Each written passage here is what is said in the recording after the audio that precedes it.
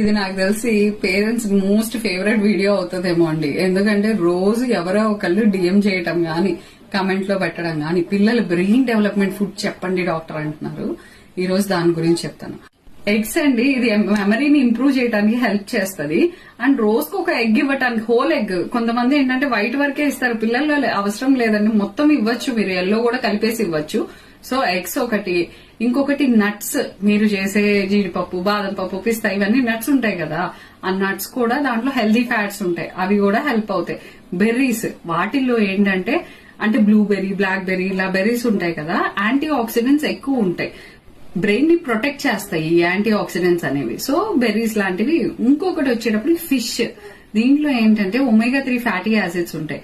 And veg వాళ్ళైతే మీరు flax seeds అంటే అవిసె గింజలు, దాన్ని పౌడర్ చేసుకొని డ్రై రోస్ట్ చేసి పౌడర్ చేసేసుకొని దాన్ని మీ పిల్లలు తినే ఫుడ్ లోకి యాడ్ చేయొచ్చు. ఇవి కూడా ఎన్హాన్స్ చేస్తాయి అన్నమాట. హోల్ గ్రెయిన్ అంటే ఏంటంటే ఓట్స్ కానివ్వండి, బ్రౌన్ రైస్ కానివ్వండి, ఇవన్నీ ఏంటంటే సస్టైన్డ్ గా గ్లూకోజ్ రిలీజ్ అనేది సస్టైన్డ్ గా ఉంటది, అది హెల్ప్ అవుతుంది. వాటర్ ఇంటేక్ కూడా, హైడ్రేషన్ అనేది కూడా చాలా ఇంపార్టెంట్ అండి.